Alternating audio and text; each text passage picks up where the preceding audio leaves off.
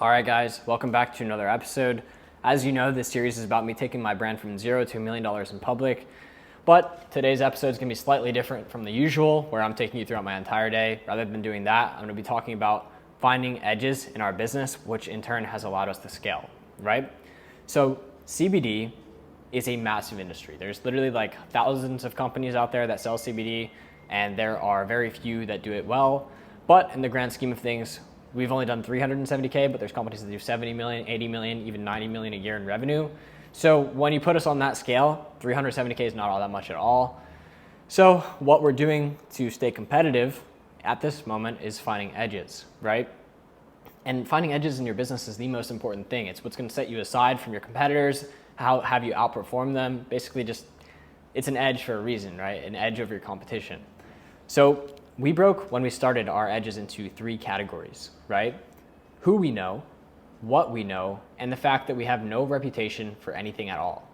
So basically, I'll break it down in each of those. Who we know is very important because it allows us to have a competitive edge against the other CBD company, right? So who we know is our staff who have experience with CBD. Who we know is our affiliate networks who can push a ton of revenue for us. Who we know is our fulfillment providers. Who we know is who manufactures our product. Those are all edges for us because having those relationships essentially are giving us edges internally for our business to scale, right? What we know, for example, I've been doing eCom for 7 years, branding eCommerce websites nicely, conversion rate optimization, tech stacks to use, like what CRMs you should use, what email marketing services you should use, like Klaviyo or Connective, right? Those things are also very good edges. And the fact that we're new is probably doesn't seem like an edge at all, but by having no reputation at all, good or bad, it allowed us to dig through reviews from CBD companies that are doing well and look at their 1-star, 2-star, 3-star reviews and identify problems in their businesses that we can go ahead and solve in ours. So basically, what we were able to do, because we had nothing at all when we started, was research other CBD companies, make our website 10 times better than them. We saw a lot of them weren't adopting a younger demographic at all.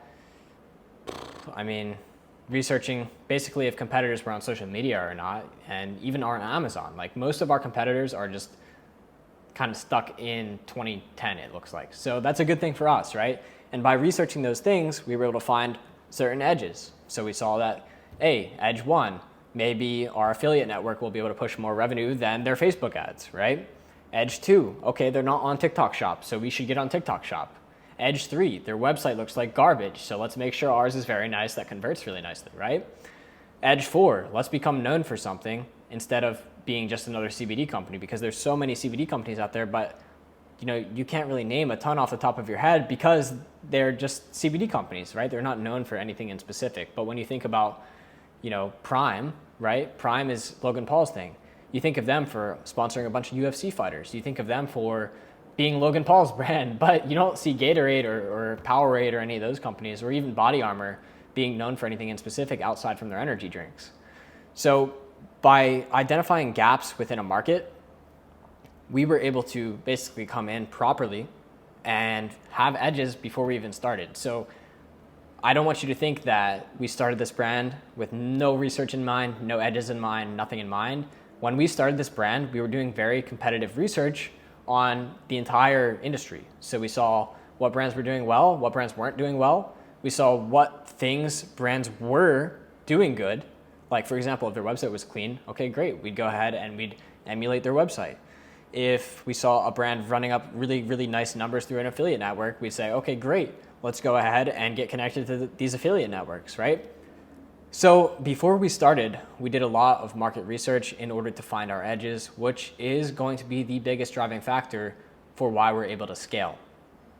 So, think about it. E-commerce as a whole is like the most competitive landscape out there. Everyone rips everyone. Like literally, if you look at dropshippers and your store is doing well probably for 3-4 days, somebody's gonna find it on PP ads or wherever they go and rip your ad creative, rip your store, rip your product, rip everything from you. And then your edges are all gone, right? So for us, we kind of thought about all that, and what we can do is so people can't rip our creatives, we branded our product really nicely. We out branded all of our competitors. We made it look really, really nice. but we didn't limit ourselves to like one angle. There's some brands that are really nicely branded, but they're limited entirely to sleep or pain or, hair growth or whatever. I don't know exactly what people are running, but we didn't limit ourselves to one angle, but we branded it nicely compared to other CBD companies. So that was, very important. But essentially, nothing's ever safe. So we needed to identify internal edges in our business that people can't steal. So that kind of goes down to who we know. People can't steal who we know. They can't steal our staff. Well, I mean, I guess they could, but it'd be difficult to do that. So they can't steal our affiliate networks. They can't steal our fulfillment providers. They can't steal our formula. Like, there's plenty of things that we did internally that they cannot steal, which gives our business a moat. So finding a saturated industry is not necessarily a bad thing. Like, CBD has been around for years, and I bet it'll continue to be around for years, and there's going to be probably new CBD companies that pop up every single year. The only thing is that when we went into this industry, what we wanted to do is do proper research, identify problems that people had with other brands, identify things that they're not doing good enough, and then we go ahead and emulate them and do it better. So basically what we're doing is we're building a CBD company that's from brand new right now. Obviously we just started this year. But over the next couple of years, because we went in with these edges, we went in looking at our competitors, we went in doing our research and identifying key problems that we could solve for people, I think that we're going to take over the industry. So saturation is not necessarily a bad thing in eCom, right? If you see a product that's ripping for somebody, well, look at what they're not doing. The like money is all in the little hidden things amongst, all the things that people say to look at, right? They say, oh, look at the ad creative, look at the product, but the money is really in all the little tiny things in between those like how you're running your ads. For example, if you find a product that's doing really, really well, what you could do is see how often they're running ads. Are their ads getting banned all the time? Well, if they are, then your edge could be finding a business manager or an agency account that's going to allow you to keep your ads up, in turn giving you better performance over a long period of time than your competitors, right? So, excuse me, identifying key problems and struggles of other brand owners in your space will basically open up your mind to potential edges that you could have. And that's exactly what we did. That's exactly what we're continuing to do, even though we've already started. So yeah, I mean, just like the example I gave you just 2 seconds ago, if the Facebook account is getting banned all the time, well, you could see that. And you can go ahead and find an edge for yourself, which might be who you know, which is an agency, right? So that's one example. Another example could be finding a clear issue in your competitor's landing page. Like, we've looked at our competitors' landing pages a ton, and we see that they're all optimized towards an older demographic. So what we did was, rather than optimizing just towards the older demographic, we made our website look good for the old and younger demographic. So that way we can go ahead and attract both audiences. Of course, that's something that might not last forever, because people will look at our page and then try to replicate our page. We know the game, but it'll at least give us an edge for a certain period of time, which might be just enough time to give us, or it might give us just enough time to actually capture a certain percentage of the market share. So yeah, I mean, business is literally a full game of competition, right? Like, everybody's competing for the number one spot. Literally everybody. I'm competing for the number one spot in CBD. Jack or Sean or whoever the hell else owns a CBD company is also competing for the number one spot in CBD. If you're running a phone case, well, there's a million other phone case companies competing for the number one spot in phone case. Apple and Samsung compete against each other for the number one phone. Like, there's so much competition in business. It's like for athletes, right? Besides their natural talent, like, they compete against one another, but besides their natural talent, which is an edge, right? Their edges might include their diet, their edges might include their training plan, their edges might include like even who they know. For example, in boxing, if you're a boxer and you want to pad your stats, well, you can maybe know the commissioner of boxing or something like that to get yourself paired up with somebody to pad your stats and make you look like you're a lot better than you might actually be. And so in turn, you get a bigger fight, bigger payday. So business is all a game of edges. Like, it's just like a sport. You want to be at the top of your game. You want to have edges. It's a competition. So if you're competing for the number one spot in anything you're doing, you need to think about these little edges. You need to do proper competitive research on everybody else in the industry, no matter if it's a saturated one or it's a blue ocean, which blue ocean just means it's untapped, right? Which is always good too. But for me, saturated industries are beautiful because you get literally, like, think of it this way. A saturated industry might be harder to compete in, right? But you have case studies. From every single successful company out there, it's a case study. Every failed company out there is also a case study. You can see what they did right and what they did wrong and find something in the middle to give yourself an edge to where now you're outperforming the bad companies and you're outperforming the good companies because you saw the problem that lies in the middle of those two. It's all about finding the balance and seeing problems even successful companies struggle with, right? So for us, for our CBD company, we're consistently trying to identify new edges, right? Like I just talked about yesterday's episode. We're going on Amazon. Why? Because everybody on Amazon that's selling CBD looks like shit. Look up CBD on Amazon. You'll see for yourself, right? So that's something we're going to go do and hopefully scale and outperform our competitors, right? We noticed that a ton of our competition, which I already touched on this, has a shitty eCom website. So eCom, just think Nike.com. Let's just say we're a brand new shoe company. We see all of our competitors, let's just say Nike.com looks like their website's from 2008. We're gonna be like, well, dude, like we could outperform this a ton because of our experience, what we know. So we go ahead and we build a really nicely branded eCom site, which is exactly what we did for our CBD company. That edge will at least temporarily boost our performance against our competitors before they start to emulate us. And the goal is always to be the people that are basically being chased. So you wanna be number one, you want number two, number three, number four, number five, to try to chase your performance. You want them to try to figure out what your edges are. You want that because that means you're doing something right. So, of course, you know, for us, we also researched like what platforms people are on. Are they on TikTok? Are they on Facebook? Are they doing social media right? Of course, we found most weren't. So we started going on TikTok Shop. I talked about we're working on getting on Amazon now. Although we haven't really done any revenue through those channels at all yet, we're knowing that sorry, Levi, get down. We know that by being consistent with our business, by being consistent with looking for our edge, by being consistent with putting in work to those platforms, that we're gonna take over the CBD industry. I'm confident in it. I know this is like 3 months into our business, but you'll see in like a couple of years, we're gonna be absolutely dominating CBD. We're gonna be probably one of the bigger CBD companies out there. I can feel it because we're never satisfied. We're always looking for the edges in our business. And so if you're in eCom, you need to search for edges and break it down into 3 categories. It's who you know, what you know, and your brand reputation, right? What you want to be known for. So those are the 3 things that you can really look for. If you know somebody who might be really, really good at Google Ads and your competitors are not doing Google Ads, well, that's an edge, boys. If you know that you're amazing at conversion rate optimization, but your competitors' websites are shit, that's an edge, right? If you're really, really good at Facebook ads, but your competitors are running shitty advertorials or shitty listicles or whatever, right? Well, that's an edge because you know already what to do to outperform your competitors. So by doing proper research on your competition before you launch your business, that allows you to find the edges. That's your little sauce. That's the secret sauce in your burger, right? Is the edge. And so for us, that's always what we're searching for. And you'll see that. If you look through my other videos, you'll see, hey, yeah, we did this, we looked at this, we optimized this page because of reason X, Y, and Z. Oh, we saw our customer support's doing really, really shitty, so we had to optimize this.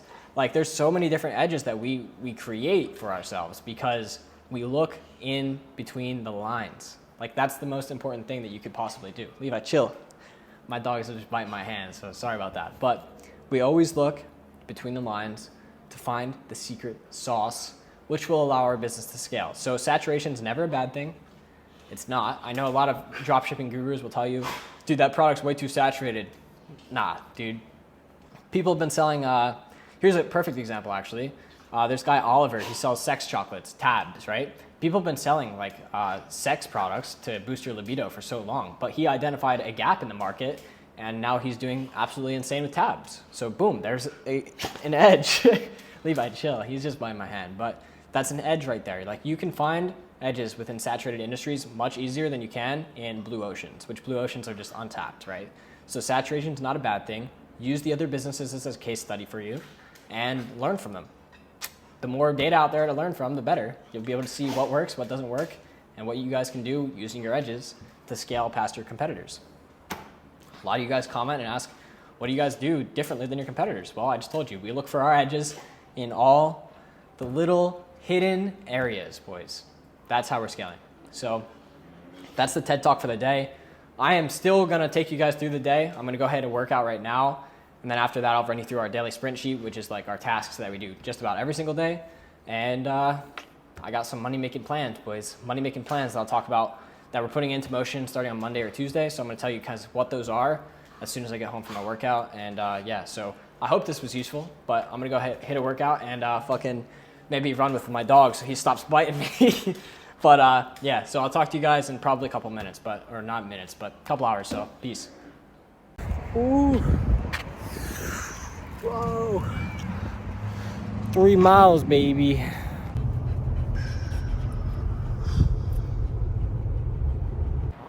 All right, boys, so we finished up a run. We went with Levi actually for about 4.5 miles, so pretty happy about that because regardless, I had like a 5K on my cardio plan today from my coach, so ended up working out. But yeah, so we talked all about edges in business so far, and one of our edges is actually the infrastructure itself. Like in our business, we find that our operations are much more streamlined, and because we're always on top of our stuff, we're able to outperform competitors, at least within our business, right? We've talked to people and they'll be getting things done, but it'll take them 4 days, whereas it takes us 1 or 2, right? So one of those things where, you know, let's just say we're on top of our business is our daily checklist. And the daily checklist is essentially all the tasks that we have to do every single day in order to move our business forward and just make sure everything's going well. That checklist itself also helps us just see how things have been actually going, like the maintenance, right? One of the tasks is literally listen to 5 or I think it's 10 customer support recordings from our phone call center, right? So because we're not doing too much volume right now, we obviously don't have too many recordings anyway, but we do listen to whatever comes in at random from our call center. So that way we go ahead and make sure that everything's sorted, right? This helps us see like what our problems with our customers are, what they're complaining about the most, so that way we can catch the problem before it becomes an actual problem, at least on like Trustpilot or Google reviews or wherever they're going to review our company. So yeah, let's run through this thing real quick. Basically, okay, so none of this really applies right now actually because we're not running any new sales. So first thing we would do is usually check to see if the merchant accounts are processing properly. They are, but we're not even processing any new sales. The reason that we check to see if they're processing properly is because if they're not, we could be losing out on a bunch of sales, in turn losing out a bunch of revenue, which means that we're not competing at a high level with our competitors, right? We also check to see if any orders are on QA. So I'll just pull that up real quick. QA is just quality assurance. So just make sure that any orders that could be like potentially like bad addresses or, you know, fraud or whatever get flagged as QA, so we have to manually approve them. I didn't see any come through today as QA, but I don't think there would be. No, there's none. So no QA'd orders. The next thing we do is check the fulfillments from the day prior. So yesterday's fulfillments, I'll go ahead and look at those just to make sure they're getting shipped out all good, and being uploaded to our CRM as well. That's very important. Fulfillment is probably the most important thing behind your customer support because people are going to be like, well, where's my order at? Where's my order?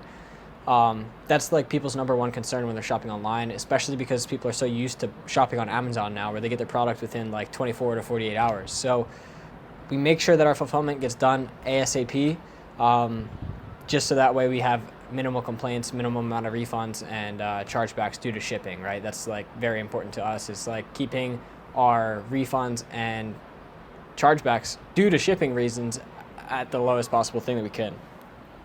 So I'll pull this thing up real quick. Okay, so a couple are pending and a couple are on freeze.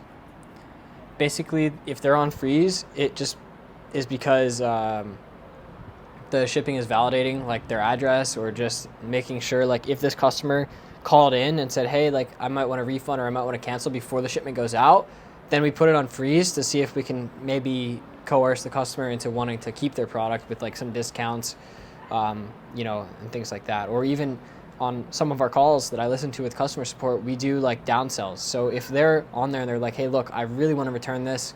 Obviously, returning a product is a hassle. You have to go to the USPS, ship the product back to us, then wait for your refund. Instead of that, we offer like first a 15% discount, then a 25%, then a 35% discount if they keep refusing. And then at the 35% discount, we're like, okay, listen, we'll also throw in a free, and then we give them another product for free, basically.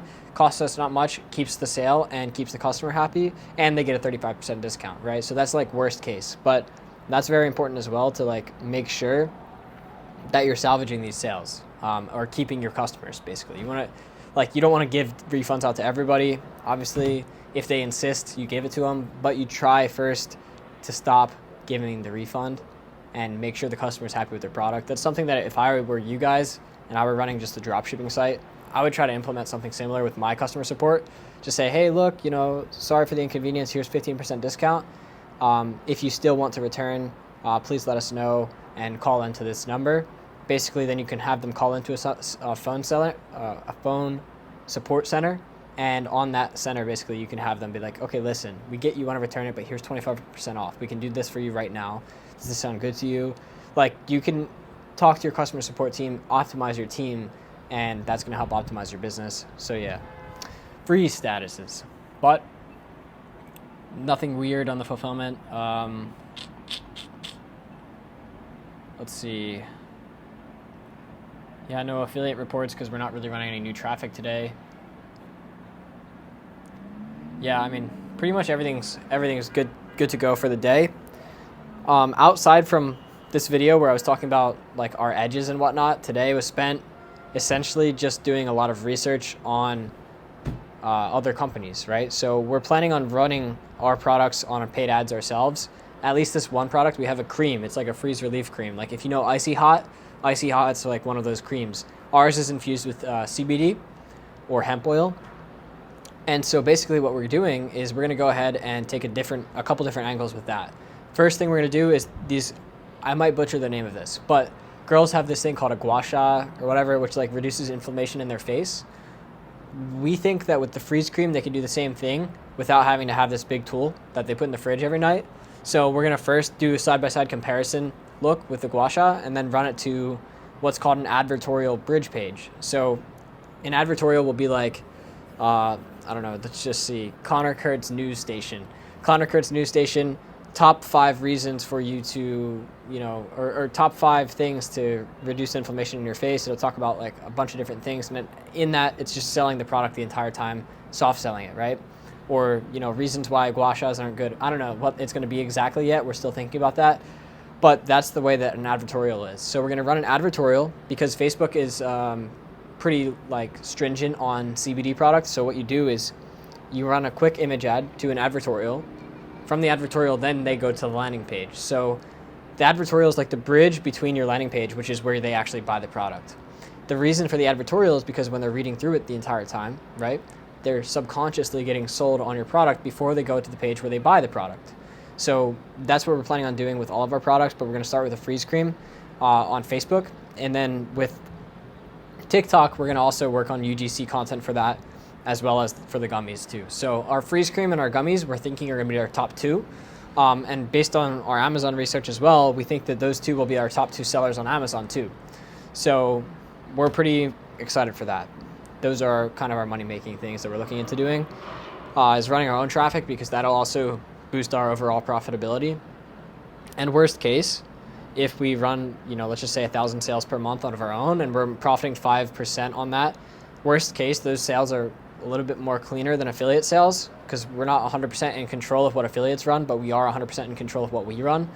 And so that will help balance out chargeback rates, refund rates, and whatnot between ours and theirs.